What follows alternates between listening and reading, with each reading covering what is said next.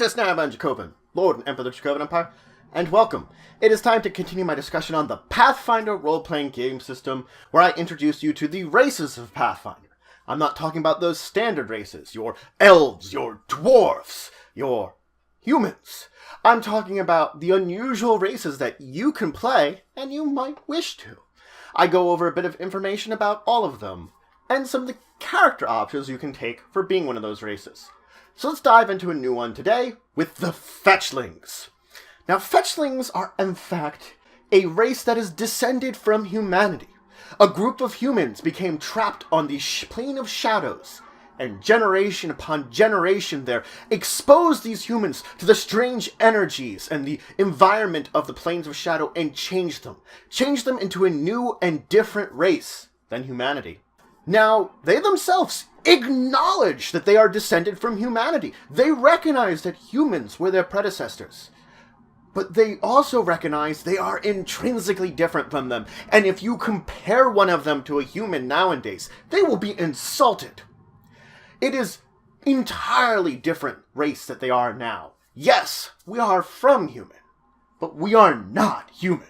Now, in a similar way, Fetchlings will take offense to be calling, well, Fetchlings.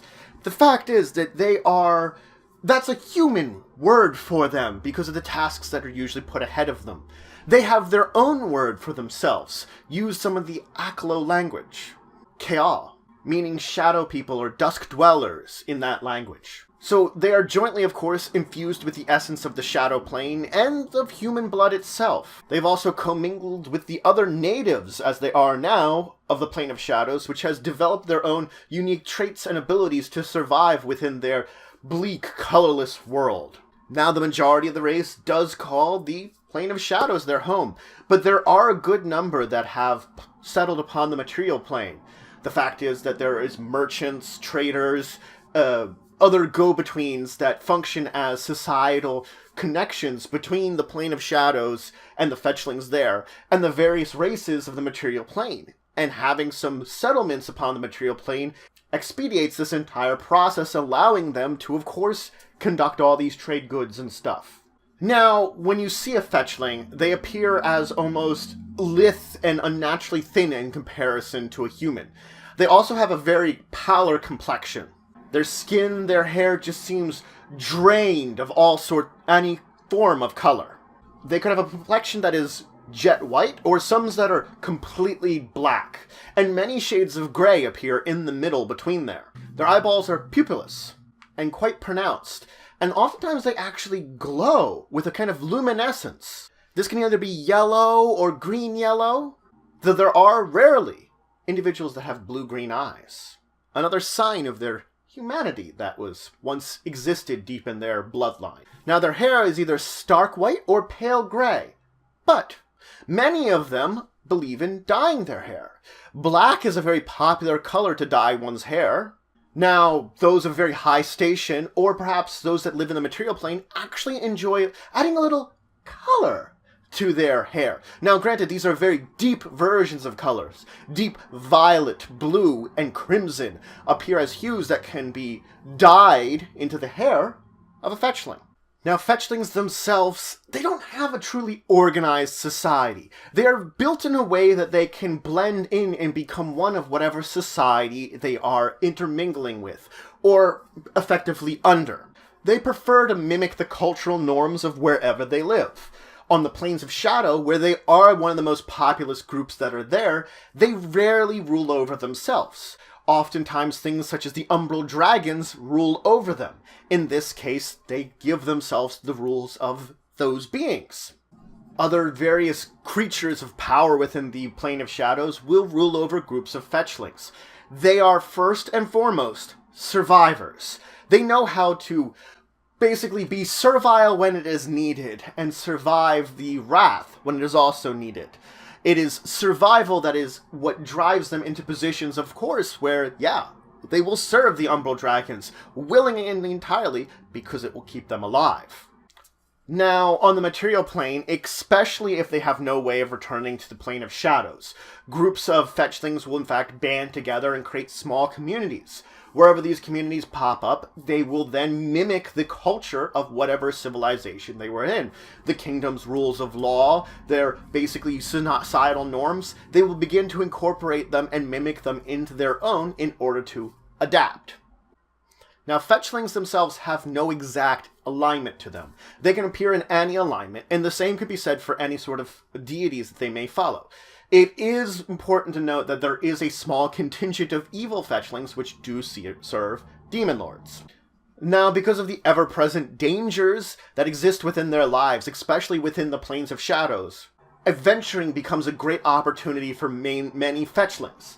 And so many fetchlings will become adventurers within the plane of shadows. But because of their servile nature within the plane of shadows, there are some restrictions to them. So when a fetchling adventurer does become one, more often than not, they will seek to move to the immaterial plane. It is a much greater opportunity for them to adventure into the greater world. This is opportunities that wouldn't exist in the plane of shadow, and trading opportunities of getting items and materials that they could not find on the plane of shadows. Now, when a fetchling does become an adventurer, ninjas, oracles, rangers, rogues, and summoners are all very popular classes for fetchlings to take. Now let's talk about some of the traits of fetchlings. Fetchlings have a greater dexterity than average, and a greater charisma, but they suffer from a lack of wisdom. So they are charismatic and very dexterous, but that lack of wisdom can be a danger to them. They are outsiders with the native subtype, meaning whatever plane they would theoretically appear and survive in, they would be natives to that, even though they are technically outsiders. They are, of course, medium speed of 30. They have a special ability called shadow blending, where they treat dim light, which would normally only give you 20% mischance, as if it was the 50% mischance of total concealment, though it doesn't count as total concealment. So it doesn't have the same penalties of it, it's just a much higher mischance. They also have resistances to cold and electricity. They get bonuses to knowledge planes and stealth. Now they get a number of spell-like abilities that they can use per day. They start with a few at first level, but as they would level up, they do unlock greater spell-like abilities, ones that allow them to eventually travel in between the material plane and the plane of shadows. I wouldn't call it at will, but very often. And they also have darkness and low light vision. Now some fetchlings, as alternate racial traits, are bound to the material plane. In this case, they count as both creatures of the shadow plane and humanity when it comes to spells that would target them. They would count as humanoid humans in this case too. Also, they have no problem disguising themselves as humans. It is an interesting position that they're put in. Other traits give them spell resistance in place of some of their other resistances. Some of them replace the spell-like abilities that they would have with alternate build-outs of spell-like abilities, so perhaps one of those would be much more suitable to the type of character you're building. One trait gives you a bonus versus fear. Another allows you to reroll bluff and diplomacy check and take the better die roll. Some just change out the skills that you would be having bonus to other ones. Now, there are a number of favored class bonuses which are actually pretty decent here. The one I will point out here is bonus spells of the Shadow School or Darkness Sub-School that you can add to your Wizard spellbook every level. So if you wanted to specialize in using them, you could use this as an example to put more, while still have a variety of other spells in your spellbook. Pretty decent in this case. And other ones which are pretty good because they grant you eventual bonus to certain points, such as things like Grit for a Gunslinger. Now, for a racial class archetype, we find the Shadow Summoner. This is a type of summoner which specializes in almost manipulating shadows. We see that their summon monster ability is altered, that each of the levels of the summon monster are changed, that certain creatures are removed that they can summon and other ones are added in, adding into this essence of shadow creatures that they be summoning. We also see that the Eidolon they summon is different also. It is a Shadow Eidolon with its own unique abilities and some unique evolutions that a Shadow Eidolon can take. They also gain Stealth instead of Use Magic Device as a skill. That is a class skill for them. So they're a very interesting version of a summoner you can take a look at. Now, for racial feats, there are a number of them which affect a fetchling's vision.